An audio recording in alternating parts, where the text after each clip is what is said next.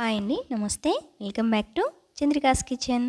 చంద్రికాస్ కిచెన్లో ఈరోజు మనం కమ్మనైన చిక్కుడుకాయ కూరను ప్రిపేర్ చేస్తున్నామండి. చాలా అంటే చాలా ఈజీ మెథడ్లో చూపిస్తున్నానండి. మనం ఎక్కువసేపు పొయ్యి దగ్గర ఉండి కష్టపడాల్సిన పని లేకుండా కేవలం ఒక 10 మినిట్స్లో మనకి రెసిపీ అనేది తయారైపోతుంది అన్నమాట. ఈజీగా ఎవరైనా వంట రాని వాళ్ళైనా సరే ఈజీగా టేస్టీగా మనం ప్రిపేర్ చేసుకునే విధంగా నేను చెప్తున్నానండి. కేవలం ఒక 2 టేబుల్ స్పూన్ ఆయిల్ మాత్రమే యూజ్ చేసామన్నమాట ఈ కర్రీకి.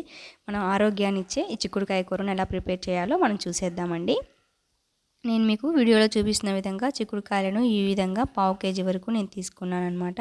ఈ 1/2 కేజీ చిక్కుడుకాయలను మనం ఫస్ట్ నేను మీకు వీడియోలో చూపిస్తున్న విధంగా ఈ విధంగా అటు సైడు ఇటు సైడు ఉన్న తొనలను తుంచుకుంటూ పక్కన ఉన్న పీచులను తొలగించుకుంటూ ఈ విధంగా తుంచుకోవాలండి.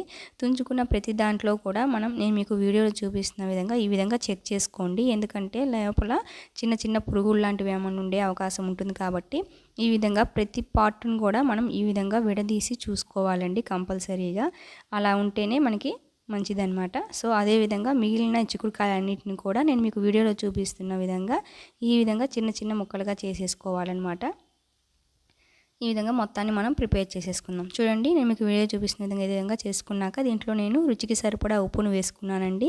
అదేవిధంగా ఒక 1/2 టేబుల్ స్పూన్ వరకు పసుపును, ఒక చిన్న గ్లాసుడి వరకు వాటర్ను పోసుకున్నాను అనమాట. ఇప్పుడు ఇది కుక్కర్లో పెట్టేసుకొని 3 విజిల్స్ వచ్చాక స్టవ్ ఆఫ్ చేసేద్దామండి.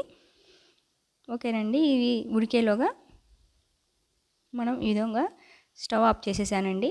తర్వాత నేను దీంట్లోనికి బాండీ పెట్టేసుకొని ఒక 2 టేబుల్ స్పూన్ ఆయిల్ వేసేసుకొని ఆవాలు, మినపప్పు, జీలకర్ర, కరివేపాకు రెమ్మలను వేసుకొని చిటపటమనేంత వరకు కూడా ఈ తిరగమాతను వేయించుకోవాలన్నమాట.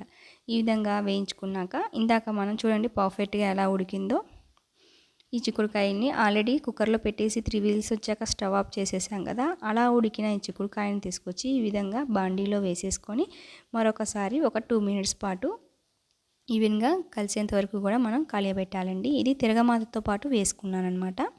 అదేవిధంగా నేను దీంట్లోనికి ఒక 1/2 టేబుల్ స్పూన్ వరకు కారాన్ని వేసుకుంటున్నానండి. నేను తీసుకున్న క్వాంటిటీకి అయితే ఈ కారం పర్ఫెక్ట్గా సరిపోతుంది. ఎక్కువ అవ్వకుండా తక్కువ అవ్వకుండా ఉంటుంది.